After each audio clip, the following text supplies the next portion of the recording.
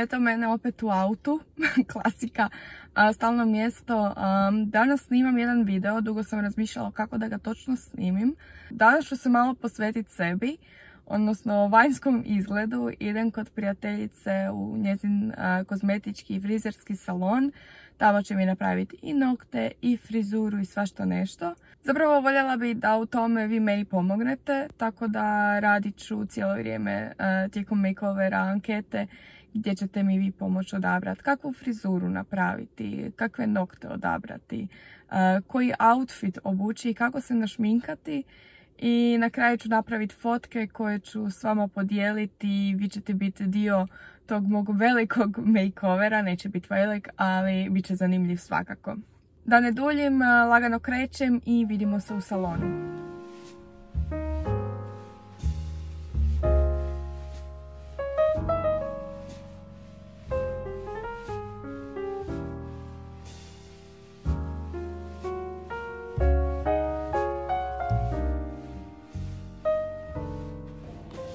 Došla sam kod Jenny u salon, inače Jenny i ja se poznajemo dugi niz godina, ona je moja kolegica s faksa i prijateljica dugogodišnja. Došla sam u njezin salon, ona će mi sad, to jest njezine cure će mi napraviti nokte, šminku i njezin frizer posebnu frizuru. Pošto je anketa prva pokazala da ste jako neodlučni oko odabira boje, odnosno 50-50 je pokazao rezultat, ja ću sama odabrat boju nokti i evo pogledajte kako to sad izgleda i vidit ćete koju boju sam odabrala. Doslovno 50-50% je odabir za plavu ili bež, tako da najbolje da ja sama odlučim, ali eto vaši odgovori su bili 50-50%. Prva anketa i već ne mogu se odlučiti. Znači ovo je Jenny, ovo je moja prijateljica s faksa i moja prijateljica u privatnom životu. Ona je vlasnica salona. Čekaj da te ovako pozdravim. I Jenny će mi pomoći odabrati boju noktiju. Isto kako sam ja bijela da sprem tebe. Uvijek si, nisi saš navikla. Gledaj, ti nisi klasična cura, tako da nisi ni za klasičnu boju noktiju, tako da plavo. Kako si to dobro odabrala. Ok, Jenny je odabrala plavo, ide plavo.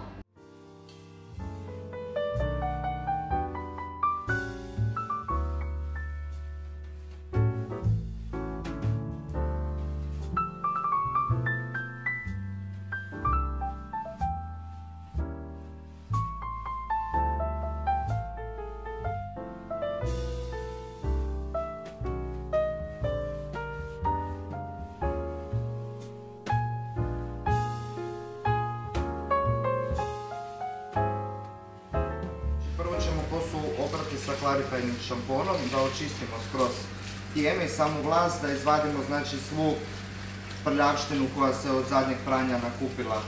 Jučer sam prala kosu. Dobro, ali nakupi se toga vjerovala ili ne, tako da baš imamo čistu praznu vlas da ju možemo napuniti sa B vitaminom. Dobro. Odnosno sa njegom koja se radi za tanju kosu i kosu koja je bojana, odnosno blajkana. Mislim, ja najviše upita zapravo dobivam u vezi kose. Dobro. I kako održavam kosu, mislim, ja nije da sam neka luda u održavanju privatno doma, ali ono, kod vas dođem. Pa dobro, zato imaš nas koji se brinemo o tome. Ali reci mi točno onda šta radiš, mislim, kako ti odrediš moj tip kose? Tvoj tip kose znači odredim prema iskustvu. Najviše, jel, znači vidim, procijenim jer već kosu dobro poznajem, znači znam što sam sve na njoj radio, koje sam proizvode prije koristio, odnosno koji blaj, koji postotak peroksida, koje preljeve i tako dalje, jel? Znači, automatski prema tome ja određujem koju ću ti njegu kose raditi.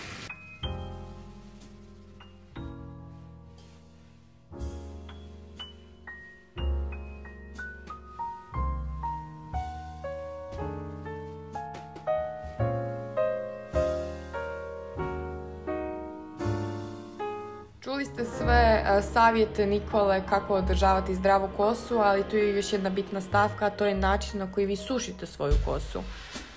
Inače imam dosta problem s tim da zbog blajha mi je dosta ispucana kosa i sada mi je stigao novi ovaj Panasonicov fen koji smo isprobali u salonu i frizer Nikola i ja jednako smo oduševljeni.